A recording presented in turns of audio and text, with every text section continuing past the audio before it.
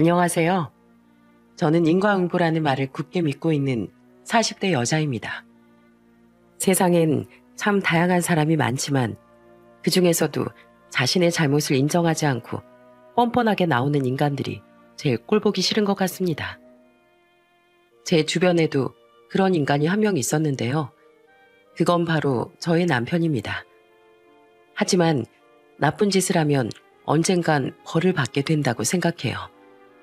그래야 착한 사람들이 안심하고 세상을 살아갈 수 있으니까요.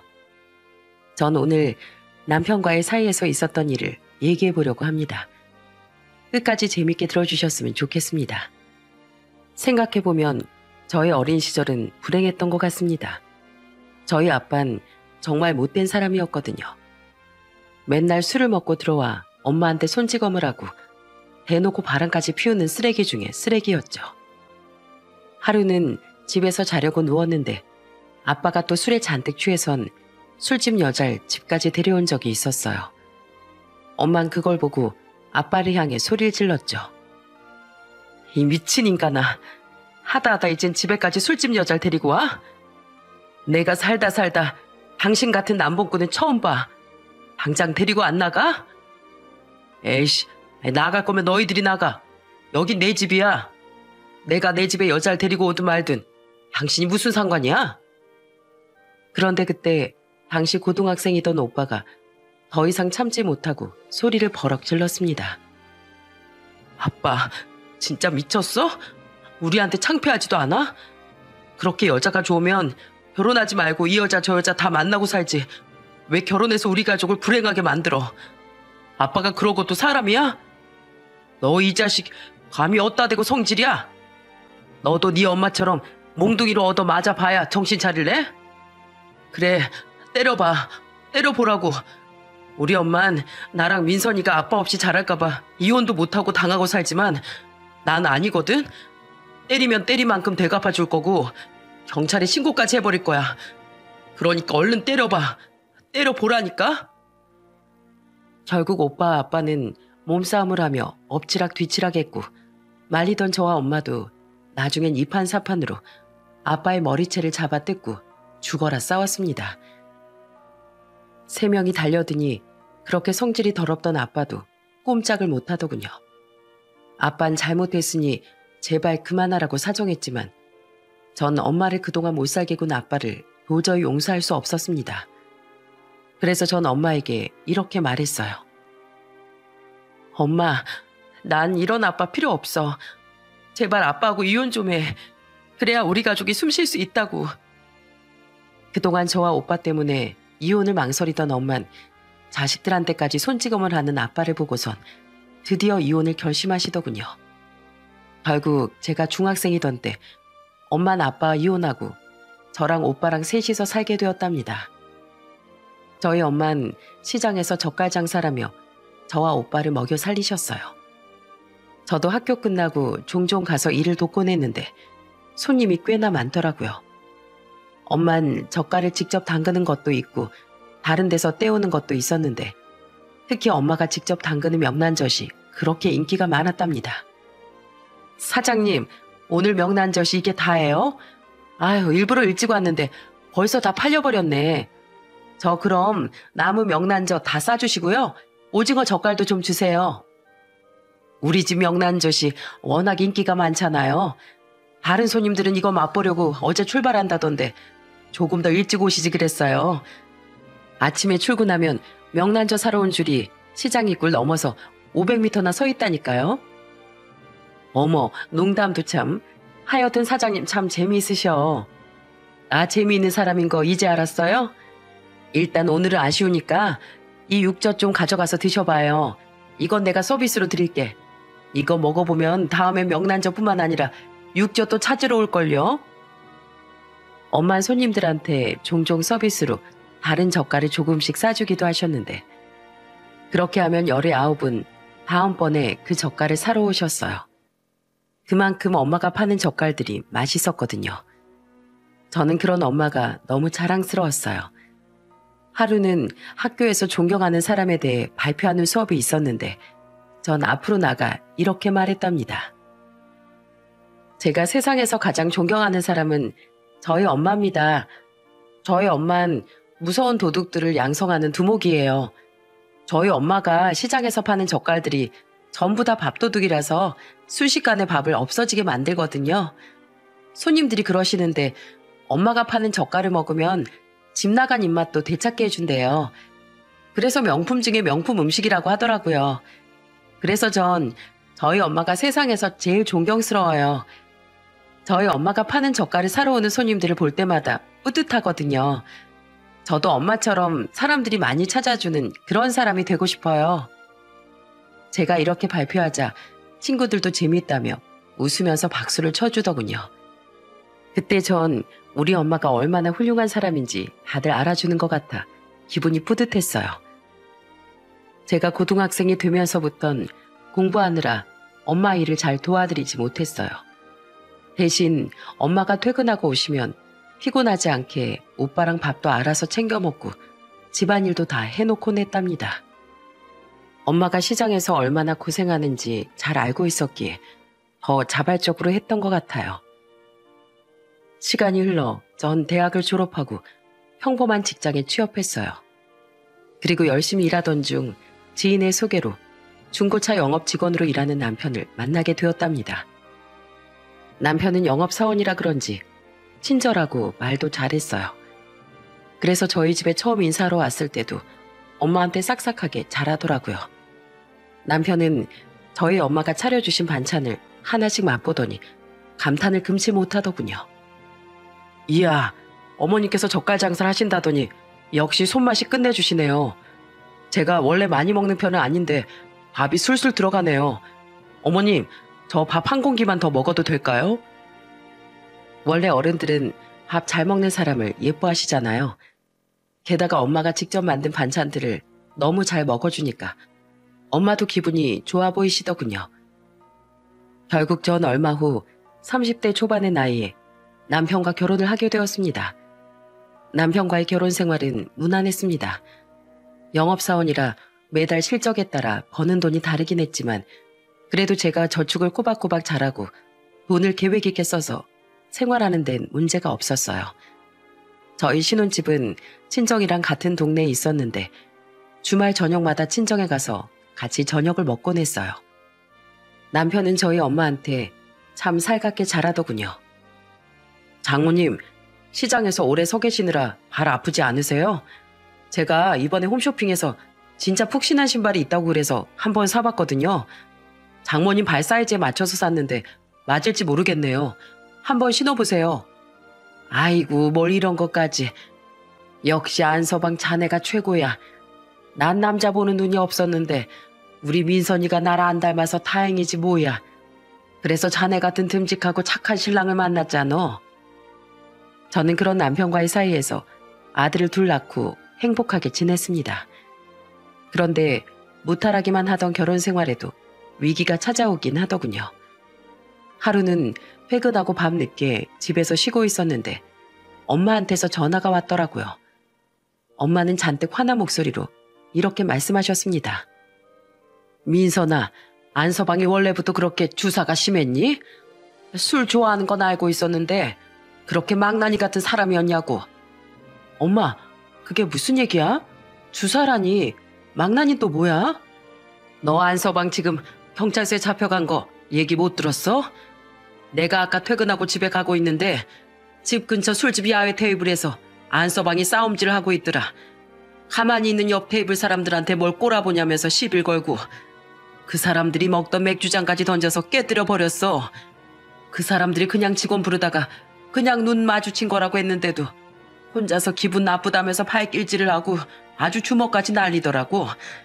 내가 가서 호되게 한마디 했더니 그제야 술 마셔서 그런 거라고 죄송하다고 하는데 이미 사람을 때려버렸으니 그게 어디 수습이 되겠냐? 그쪽에서 경찰 부르고 난리도 아니었단다. 안서방이 너한텐 연락 안 했어? 하긴 술 먹다 사람 패서 경찰서에 끌려갔는데 쪽팔려서 너한테 연락도 못 했겠지. 저는 그 얘기에 너무 깜짝 놀라 남편이 잡혀갔다는 경찰서에 찾아갔어요. 남편은 제 얼굴을 보더니 고개를 푹 숙이고선 아무 말도 못 하더라고요. 저는 조사가 끝나고 나온 남편에게 너무 화가 나 소리를 질렀습니다.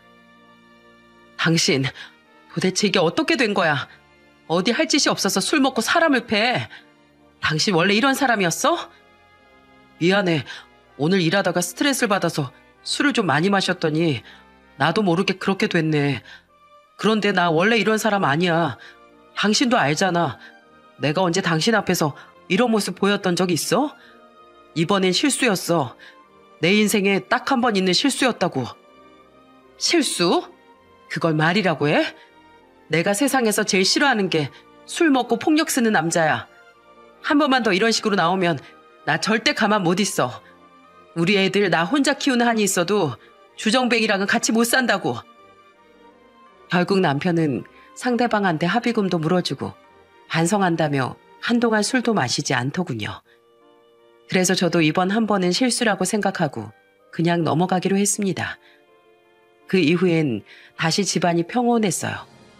전 회사를 다니면서도 종종 시장에 가서 엄마의 일을 도와드리곤 했죠. 맛있는 간식을 사서 엄마한테 찾아가면 엄마 못 말리겠다는 듯 저에게 이러셨어요. 아유, 쉬는 날에 뭐하러 여길 또 왔어? 또 엄마 힘들까봐 같이 일하러 온 거야? 당연하지. 그리고 난 집에서 쉬는 것보다 엄마랑 여기에서 같이 장사하면서 수다 떠는 게 더 좋아. 그리고 누가 공짜로 일한대? 나 오늘 일한 일당 받아갈 거니까 나한테 맡겨줘. 엄마야말로 다리 아프게 서 있지 말고 좀 쉬란 말이야.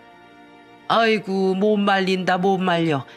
누가 내 딸내미 아니랄까봐 아주 장사에 재미를 붙였구만. 어릴 때부터 자주 엄마 일을 도와서 그런지 저는 장사가 참 적성에 맞았어요.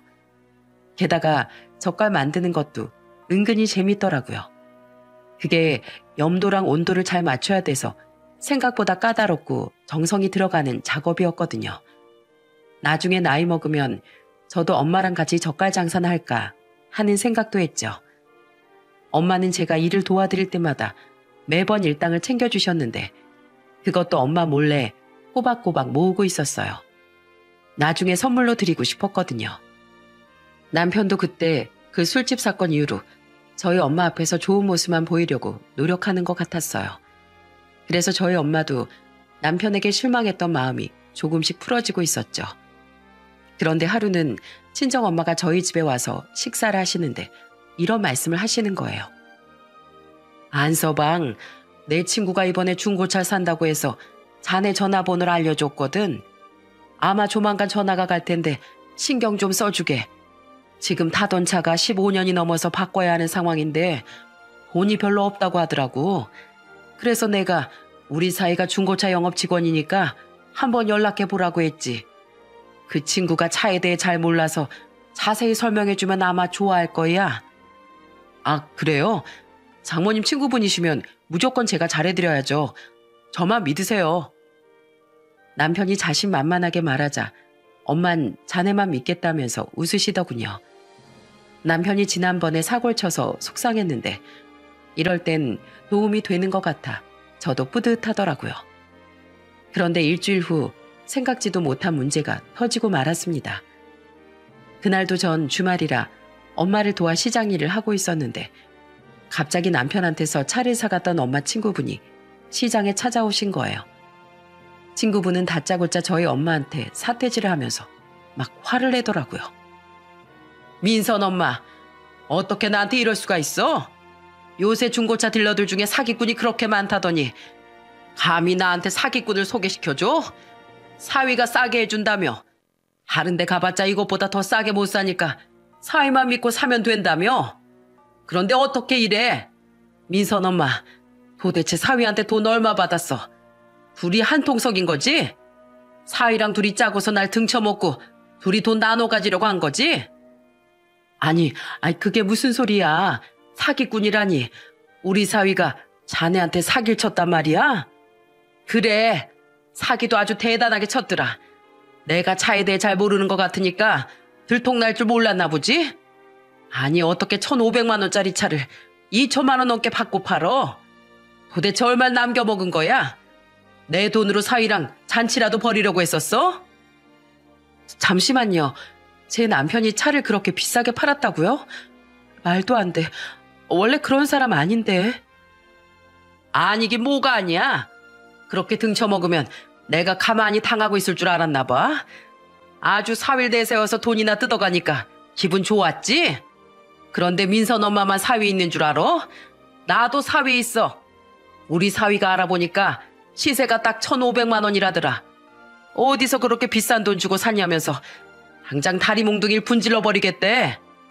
아이고, 중간에 무슨 오해가 있었나 본데 내가 먼저 사과함세. 내가 우리 사위한테 물어봐서 무슨 일인지 확인하고 정말 가격 책정을 잘못한 거면 물어내라고 할게. 기분 많이 상했을 텐데 물이라도 한 잔 마시고 진정하게. 다행히 친구분은 엄마가 사과를 하고 돈을 물어준다고 하자 알겠다면서 돌아가셨어요. 그리고 화가 난 엄마는 저와 함께 집으로 향했죠. 그리고 퇴근하고 온 남편에게 엄마가 화를 냈습니다. 안서방, 자네 이게 도대체 어떻게 된 건가? 내 친구한테 차 가격을 덤탱이 씌웠다며? 내가 자네만 믿고 친구한테 소개시켜 준 건데 이러면 내 체면이 어떻게 되냔 말이야? 그런데 남편은 죄송하다고 하긴커녕 적반하장으로 나오더군요. 그러게 누가 소개시켜 달래요? 제가 부탁한 것도 아니고 장모님 마음대로 소개시켜 주신 거잖아요. 그리고 중고차 파는 게 얼마나 힘든 줄이나 아세요? 그 정도 붙여서 팔아야 먹고 사는 거예요. 제가 무슨 땅 파서 장사하는 것도 아니고 마진은 남겨야 할 거 아니에요. 그럼 설마 장모님 친구분이란 이유로 제가 손해까지 보면서 팔 줄 아셨어요? 어머님, 저 영업사원이에요. 이익이 없는 일을 안 한다고요. 뭐야? 아무리 그래도 그렇지. 시세라는 게 있는 건데 어떻게 그렇게 터무니없이 비싸게 팔어? 내가 뭐 한 푼도 남겨먹지 말라고 했나? 적어도 양심적으로 냈어야지. 자네 가족이 차를 산다고 했어도 그렇게 비싸게 팔았을 텐가? 어쨌든 상태 괜찮은 차 샀으면 된 거잖아요. 그렇게 불만이면 새 차를 샀었어야죠. 그리고 시세요? 그렇게 시세를 잘 아시는 분이 왜 직접 싼 차 찾아서 사지 않고 저한테 연락을 하셨대요? 발품 팔기 싫어서 그런 거면 그 정도는 감수해야죠. 뻔뻔스럽게 나오는 남편의 행동에 정말 어이가 없더라고요. 전 더 이상 가만히 보고 있을 수 없어 남편에게 한마디 했습니다. 당신 도대체 왜 그래? 원래 당신 이런 사람 아니었잖아. 아니면 여태까지 계속 그런 식으로 영업을 했었던 거야? 나한텐 양심적으로 파느라 남는 것도 별로 없다고 매번 불평했잖아. 그거 다 거짓말이었어? 이런 식으로 손님들 등쳐먹으면서 영업하고 있었던 거냐고. 그래. 그럼 내가 그 돈을 그냥 가져오는 줄 알았냐? 원래 이 바닥에선 이 정도는 아무것도 아니야. 다 나처럼 하는 거라고. 아무리 그렇다고 해도 엄마 친구분한테 그러지 말았어야지. 사위라고 당당하게 소개시켜준 우리 엄마 체면은 어떻게 되냐고. 당신 이거 물어내. 당신이 잘해준다고 자신 있게 얘기해놓고 이딴 짓 했으니까 당신이 번 돈으로 물어내라고. 그러자 남편은 짜증을 내며 집 밖으로 나가버리더군요. 하지만 제가 계속 닥달을 하는 바람에 결국 덤탱이 씌운 금액을 엄마 친구분한테 물어주긴 했어요. 그런데 그 이후에도 그 일 가지고 자꾸 투덜대는 게 얼마나 꼴보기 싫던지. 그러게 왜 양아치 같은 짓을 해서 이 사단을 내는지 모르겠더라고요. 그 사건이 있고 나서 엄마는 남편을 멀리하기 시작했습니다. 예전엔 참 사이가 좋은 장서지간이었는데 어느 순간부턴 서로 으르렁거리게 됐죠. 그런데 하루는 남편이 배탈이 크게 난 적이 있었어요. 병원에 가보니까 의사가 식중독이라고 했다더군요. 그런데 남편은 다짜고짜 저희 엄마한테 전화해서 이렇게 소리치더군요. 장모님, 어떡하실 거예요? 저 식중독이라잖아요. 장모님이 만든 젓갈 먹고 식중독에 걸렸다고요. 도대체 위생관리 어떻게 하시길래 사람을 이렇게 아프게 만들어요? 저 어제부터 하루 종일 화장실 들락거리느라 엉덩이에 아주 불이 날 것 같다고요. 이거 책임지세요. 저 배 아파서 어제 오늘 일 못 나갔으니까 그 돈 물어내시라고요. 아, 100만 원이면 되겠네요. 제 계좌번호 아시죠? 얼른 입금하세요. 저는 그 소리에 너무 황당해 남편에게 물었습니다. 당신 그게 무슨 소리야? 식중독 걸린 게 우리 엄마 때문이라고? 그럴 리가 없어. 우리 엄마가 젓갈 장사 그렇게 오래 했지만 한 번도 문제 생겼던 적이 없었다고. 아무리 시장에서 장사한다지만 얼마나 깨끗하고 위생적으로 관리하시는데. 그건 네 생각이지. 시장 바닥이 깨끗해봤자 얼마나 깨끗하겠냐? 당신도 엄마라고 그렇게 무조건 편드는 거 아니야. 인정할 건 인정하라고. 저는 도저히 이해가 가지 않아 남편이 전날 무슨 음식을 먹었는지 곰곰이 떠올려 보았습니다. 그런데 생각해보니 아침으로 편의점에서 사다 놓은 김밥을 먹었던 게 떠오르더라고요. 급하게 휴지통을 뒤져보니 유통기한이 며칠 지난 김밥이었습니다. 이것 봐. 당신이 냉장고에 쟁여놓고 있던 김밥 먹어서 그렇게 된 거잖아. 이게 왜 우리 엄마 때문이야? 엄마가 만든 젓갈 때문이었으면 당신보다 내가 먼저 식중독에 걸렸어야지. 난 어제 오늘 그 젓갈에 밥 비벼 먹었는데도 왜 이렇게 멀쩡한 거야? 이래도 우리 엄마 때문이라고 할 거야? 뭐? 김밥이 유통기한 지난 거였다고? 어쩐지 맛이 조금 시큼하더라니. 미안해. 사람이 착각할 수도 있지. 뭘 그렇게 화를 내냐? 착각? 제대로 확인도 안 하고 다짜고짜 화낸 건 당신이지. 당장 우리 엄마한테 전화해서 사과해. 뜬금없이 당신한테 날벼락 맞은 우리 엄마가 얼마나 황당하고 속상하시겠어? 당신 사과 안 하면 나랑도 끝인 줄 알아. 그러니까 나랑 이혼하기 싫으면 지금 당장 엄마한테 전화해서 사과하라고. 결국 남편은 마지못해 저희 엄마한테 전화해 사과를 하더군요. 예전엔 저희 엄마가 만든 젓갈이 그렇게 맛있다고 칭찬하던 남편이었는데 어쩌다가 이렇게 변해버린 건지. 집안에 자꾸만 언성이 오가자 저희 애들도 점점 아빠를 피하더라고요. 남편은 그 이후에도 사고를 참 많이 쳤습니다. 그러다 보니 둘이 버는데도 돈이 모이질 않는 거예요. 그래도 어떻게든 악착같이 살아보려고 하는데 안 좋은 일이 터지고 말더군요. 최근 들어 몸이 안 좋았던 엄마를 병원에 모시고 갔더니 글쎄 대장암이라는 겁니다. 저는 그 소식을 듣고 하늘이 무너지는 줄 알았어요. 말도 안 돼. 저희 엄마가 대장암이라고요? 선생님, 수술하면 괜찮아질 수 있는 거죠? 항암 치료도 열심히 받고 관리 잘해주면 오래 사실 수 있는 거죠? 네? 제발 그렇다고 해주세요. 하지만 의사는 어떠한 확답도 해주지 않더군요. 저는 혹시라도 엄마가 잘못되실까봐 얼마나 울었는지 모릅니다. 그런데 남편은 저희 엄마가 암에 걸렸다는데도 신경도 쓰지 않더군요. 오히려 말 같지도 않은 소리를 하면서 빈정거리기만 했어요. 그러게, 맵고 짠 것만 먹으면서 하니까 그런 병에 걸리지. 그럼 이제 젓갈 장사 못 하시겠네. 그놈의 젓갈 냄새 지긋지긋했는데 차라리 잘 됐지 뭐. 뭐라고? 당신 지금 뭐라고 했어? 차라리 잘 됐다고? 우리 엄마가 암에 걸린 게 잘 된 일이야? 사위라는 사람이 어떻게 그럴 수가 있어. 남도 그런 말은 안 하겠다. 왜? 내가 뭐 틀린 말 했냐? 시장에서 구질구질하게 젓갈 장사만 하는 양반이 오래 살아서 뭐해? 차라리 이참에 빨리 돌아가시는 게 모두를 위해서 좋은 거야. 어차피 나이 먹으면서 입맛도 둔해질 텐데 장사 더 해봤자 얼마나 가겠어? 당신 아주 미쳤구나. 내가 너 이런 인간인 줄도 모르고 여태까지 같이 산 거야? 나 우리 엄마한테 그런 식으로 말한 인간하고 같이 못 살아. 당장 이혼해. 도장 찍고 갈라서자고. 이혼을 왜 해? 하여튼 장모님 닮아서 예민하다니까. 당신 지금 장모님이 아파서 제정신이 아닌 건 알겠는데 이혼을 그렇게 쉽게 얘기하면 안 되지. 그럼 우리 애들은 어떡하라고? 우리 애들은 내가 알아서 해. 어차피 애들도 당신 안 좋아하는 거 몰라? 맨날 사고만 치고 집에서 큰 소리만 내는 당신 같은 아빤 없는 게 차라리 나아. 그러니까 이혼해. 이혼 서류 준비할 테니까 도장 찍을 준비나 하라고.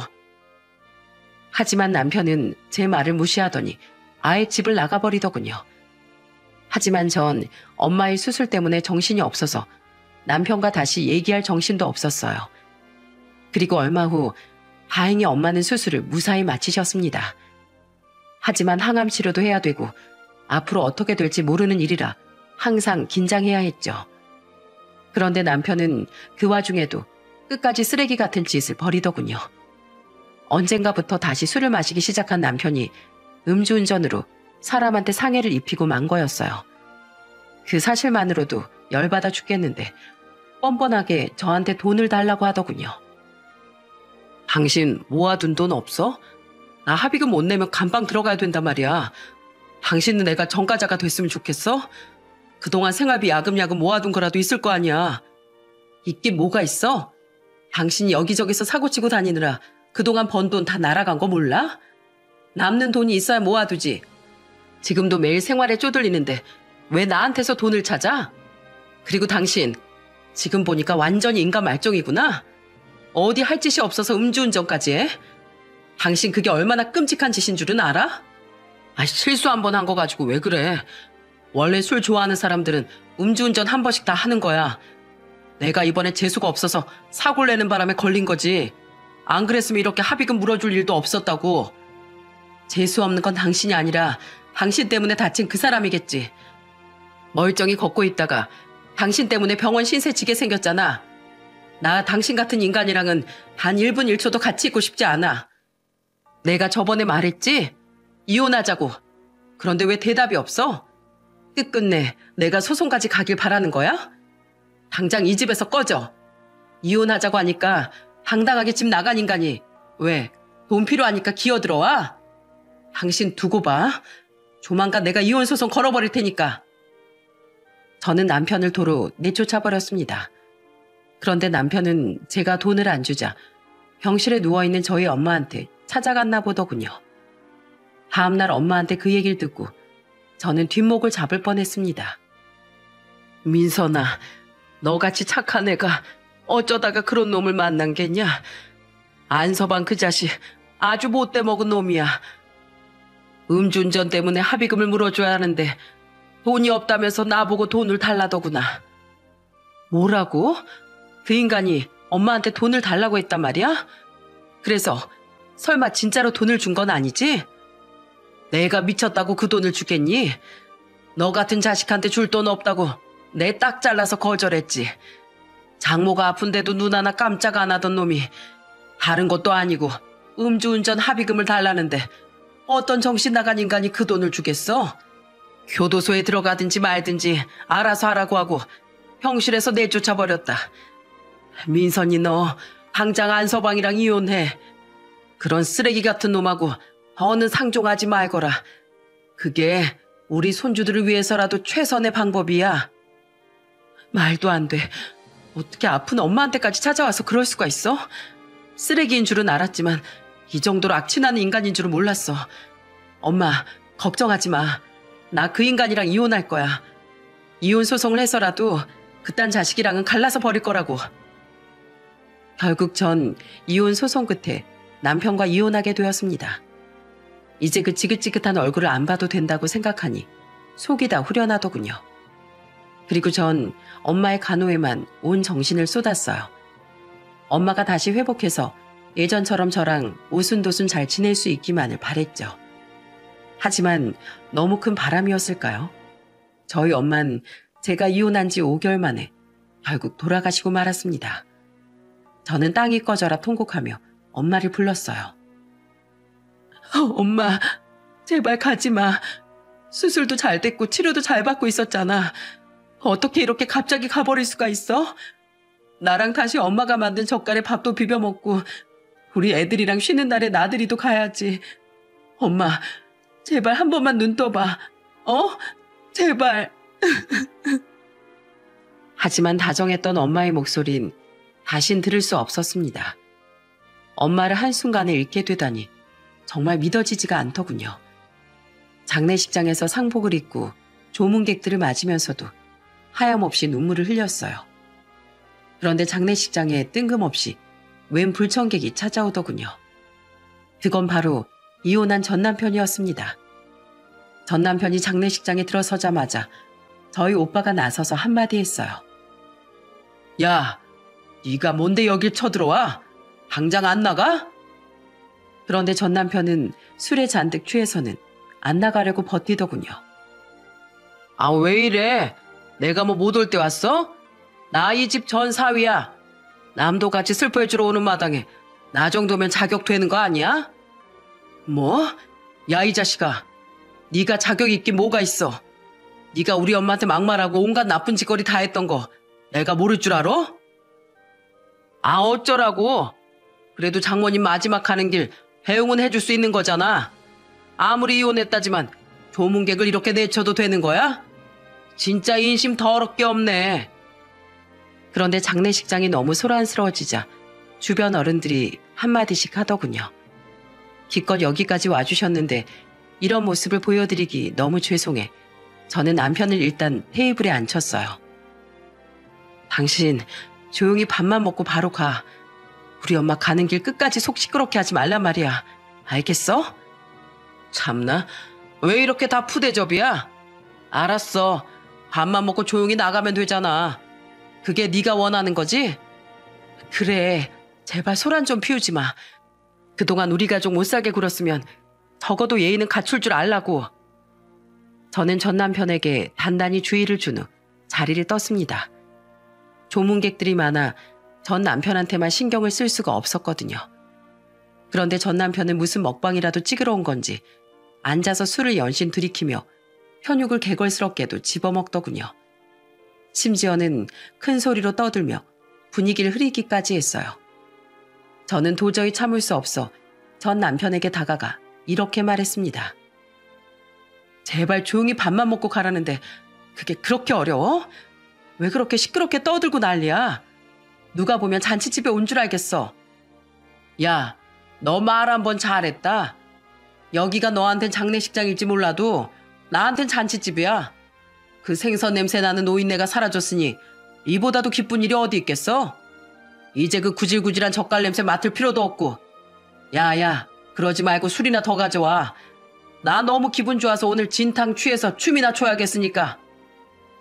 저는 그 말을 듣고 순간 머리에서 불이 번쩍 나는 것 같더군요. 도저히 참을 수가 없어 전 남편이 먹고 있던 육개장을 전 남편의 머리에 확 들이부어 버렸어요. 너 이거 뭐 하는 짓이야? 머리랑 옷에 다 묻었잖아. 너야말로 이게 뭐 하는 짓이야? 뭐? 잔치집? 우리 엄마가 사라졌으니 기쁜 일이라고? 너 처음부터 이러려고 장례식장에 꾸역꾸역 쳐들어왔구나. 어디 할 짓거리가 없어서 고인이 된 우리 엄마를 모욕해? 모욕은 무슨? 진짜 모욕당한 건 나야. 사위가 합의금이 없어서 감방 들어가게 생겼다는데 끝까지 못 준다고 우기는 게 맞아? 내가 그 돈 구하느라 대출까지 받고 얼마나 힘들었는 줄 알아?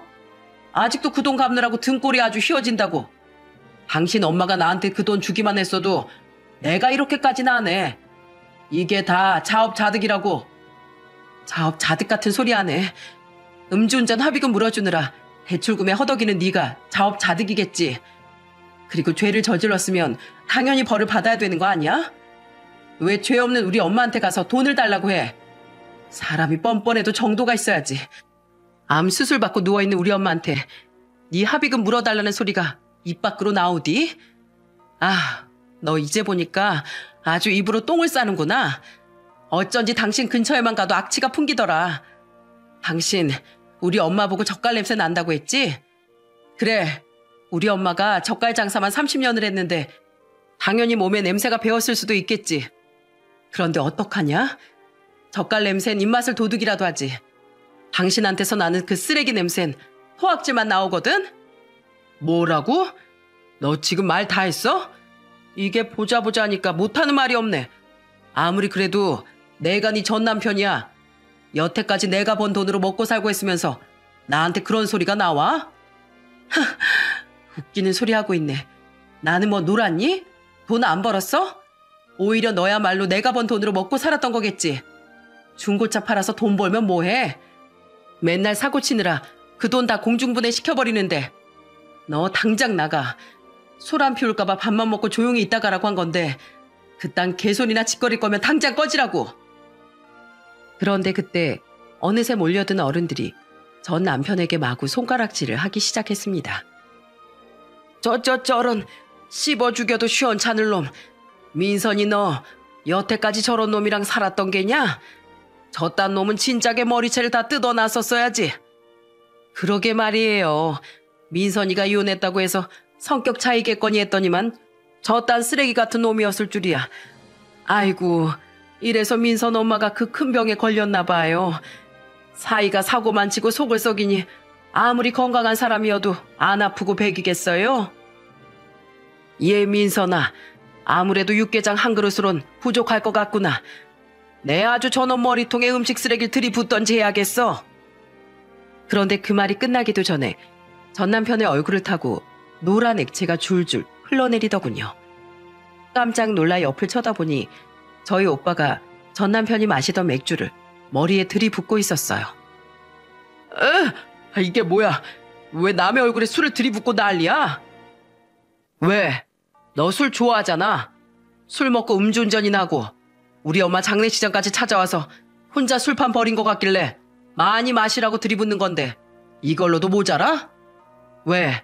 알코올 도수가 낮아서 간에 기별도 안 가는 거야? 그래, 그럼 내가 아주 이참에 소맥을 말아다가 부어줄게. 그거면 만족하겠어? 다들 미친 거 아니야? 똑같은 것들끼리 모여가지고 이렇게 사람 하나를 괴롭혀도 되는 거야? 당신들 내가 가만 안 둬. 경찰에 신고해서 다 감방에 쳐넣을 거야. 저는 그런 전 남편 앞에서 휴대폰을 들고 이렇게 말했습니다. 경찰에 신고는 내가 먼저 할 건데 남의 장례식장에 와서 술 먹고 행패 부린다고 신고할 거야. 여기 당신이 무슨 소리를 짓거렸는지 들은 사람이 몇 명인 줄 알아? 이렇게 증인이 많은데 설마 아니라고 발뺌하진 않겠지? 뭐? 경찰에 신고해? 야, 너 일로 와. 내가 이 주먹으로 네 얼굴을 아주 아작내 줄게. 네가 맞고 살았어야 되는데 내가 여태까지 봐주니까 아주 입만 살았지? 그래, 어디 한번 때려봐 어디. 지난번에 술 먹고 사람 때려서 경찰서 끌려가 놓고 또 끌려가고 싶은가 보지? 나 너한테 맞으면 합의금 한두 푼으로 안 봐줘. 지금 있는 대출금으로도 만족 못해 빚을 더 늘리고 싶은가 본데 네가 그렇게 원하면 때려보라고. 남편은 발악을 하면서 음식을 뒤엎고 아주 난리를 치더군요. 하지만 친척 어른들이 꼼짝 못하게 붙잡는 바람에 얼마 못 가 그 입을 다물고 말았습니다. 그리고 잠시 후 도착한 경찰한테 끌려가고 말았어요. 제가 경찰에 신고하기도 전에 누군가가 먼저 신고를 했더라고요. 경찰선에 질질 이끌려가던 그 모습이 어찌나 통쾌하던지 아마 돌아가신 엄마도 그 모습을 보며 깔깔 웃었을 것 같은 생각이 들더군요. 그 후 저는 남은 장례식 이틀을 편안한 마음으로 치를 수 있었답니다. 저희 애들이 많이 놀라긴 했지만 잘 다독거리니 금방 괜찮아지더군요. 애들이 아빠를 닮지 않아 의젓하고 성숙해서 얼마나 다행인지 모릅니다.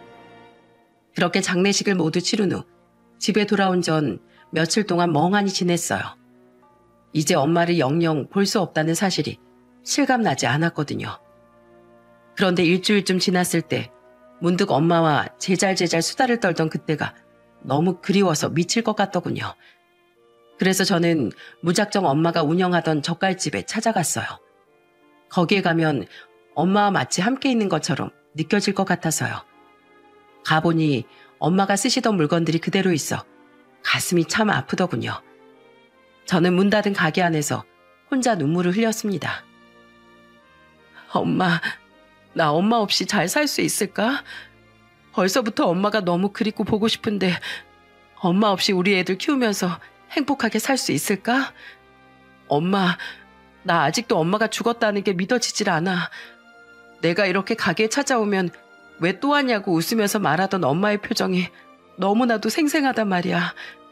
엄마, 나랑 같이 수다 떨면서 젓갈도 팔고 나 수고했다고 일당도 줘야지.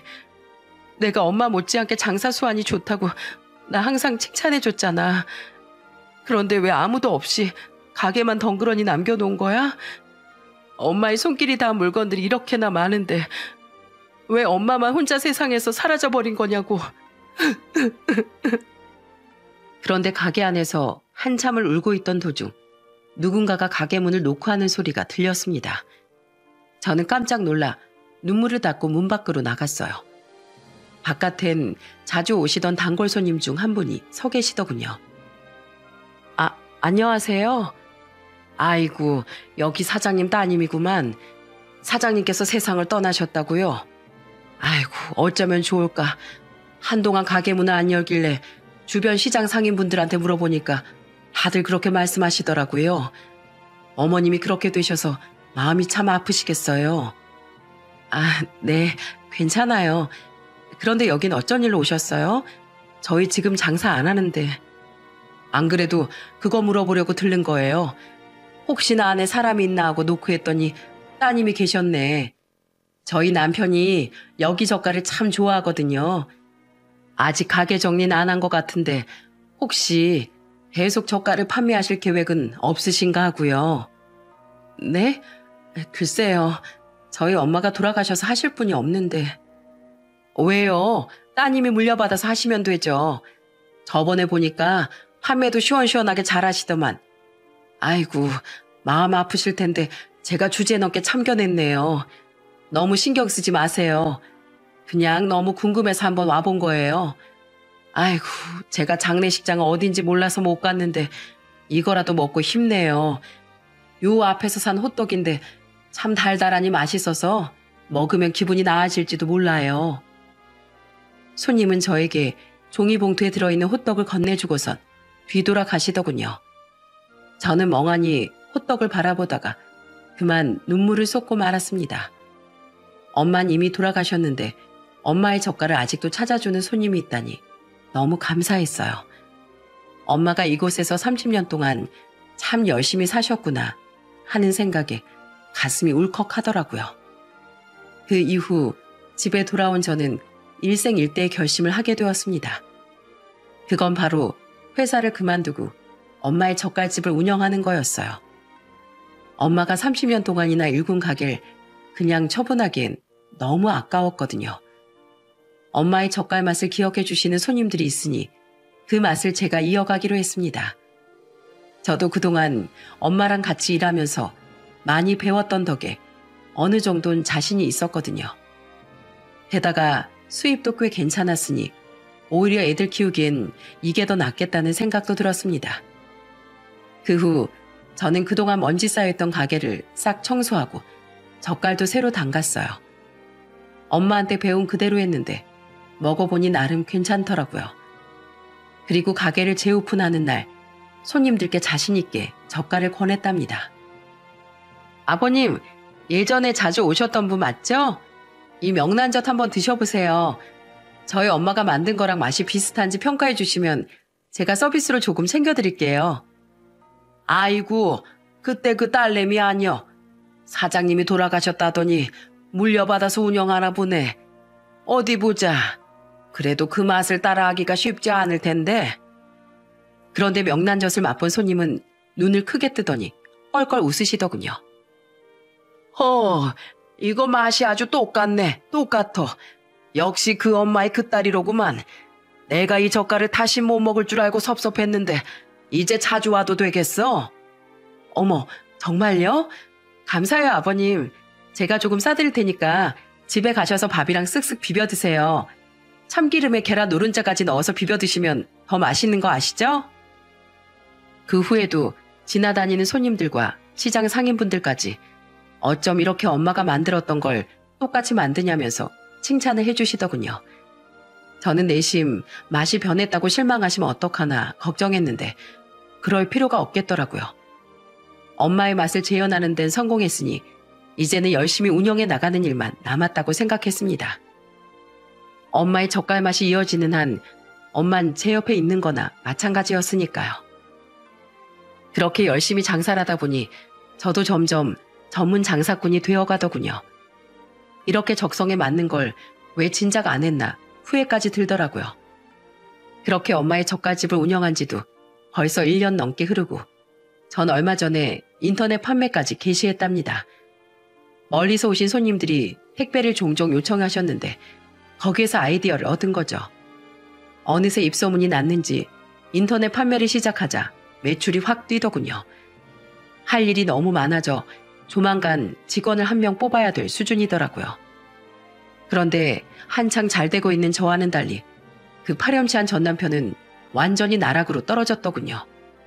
얼마 전 초등학생이던 저희 첫째 아들이 저에게 이런 말을 했습니다. 엄마, 아무래도 아빠는 정신 차릴 생각이 없나 봐요. 며칠 전에 저한테 연락이 왔는데 크게 다쳐서 병원에 입원했다고 하네요. 무면허로 음주운전을 또 했다가 사고가 크게 났대요. 아휴, 술 먹고 사고 치다가 엄마한테 이혼까지 당했으면서 끝까지 그러고 싶나? 엄마, 전 아빠가 너무 이해가 안 돼요. 도대체 왜 이러는 거예요? 이해할 필요 없어. 그게 나쁜 건 줄도 모르니까 자꾸 그런 짓을 하는 거야. 그나저나 무면허의 음주운전? 아주 지팔잘 지가 꼬았네. 그러게요, 엄마. 난 절대로 아빠처럼 술에 미쳐 사는 인간은 안 될 거예요. 아빠 때문에 엄마랑 할머니가 얼마나 힘들었는데 나도 다른 사람한테 그런 상처를 줄 수는 없잖아요. 아이고, 기특해라 우리 아들. 벌써 그런 생각을 했어? 그래. 아빠의 그런 나쁜 점은 절대 배우면 안 돼. 원래 술이 사람을 잡아먹는 거라고 하거든. 사회생활하면서 한두 잔 마시는 건 나쁘지 않지만 아빠처럼 술이 네 자신을 잡아먹을 때까지 마시면 안 되는 거란다. 그럼요. 저 안 그런다고 엄마랑 꼭 약속할게요. 나중에 어른 되어서도 그 약속 까먹지 않고 꼭 지킬 거예요. 저는 그렇게 말하는 아들을 꼭 안아주었답니다. 그리고 얼마 후 정말 통쾌한 소식이 하나 더 들려왔어요. 병원에서 치료를 끝낸 전 남편이 결국 깜방에 들어갔다고 하더라고요. 저랑 이혼 후 음주운전을 또다시 저질러 집행유예를 받았는데 이번에 동종 범죄를 또 저지르는 바람에 구속까지 되어버리고 만 거였죠. 잘못하면 사람을 죽일 수도 있는 일인데 당연한 결과라고 생각해요. 예전에 합의금 때문에 대출을 끌어다가 쓰느라 빈털터리 상태인데다가 징역살이까지 하다 나오면 더 이상 예전처럼 잘난 척하며 살지 못하겠죠. 이게 바로 인과응보 그 자체 아니겠어요? 예전에 제가 들어본 명언 중에 이런 말이 있더라고요. 악마가 인간을 찾아가기가 너무 바쁠 때 대신 술을 보낸다. 그만큼 술로 인해서 벌어지는 악행이 많다는 뜻이겠죠. 그런데 아직도 우리나라는 술에 대해 관대한 것 같아요. 술을 먹고 저지르는 범죄는 심신미약이라며 감형을 해주는 경우도 있잖아요. 오히려 그런 사람일수록 더 확실하게 처벌을 해야 하는데도 말이죠. 전 남편이 제발 감방에서 정신 좀 차리고 나왔으면 좋겠어요. 또다시 나와서 음주운전으로 남의 인생 망칠 수도 있잖아요. 여러분, 뭐든지 적당한 게 좋은 거랍니다. 술도 적당히, 욕심도 적당히. 하지만 가족에게 사랑만큼은 듬뿍 주세요. 그것만큼 행복한 게 또 없으니까요. 여러분, 그럼 전 여기서 이만 글을 마쳐야 할 것 같습니다. 제 얘기 들어주셔서 감사드리고 오늘도 행복한 하루 보내시길 바랍니다.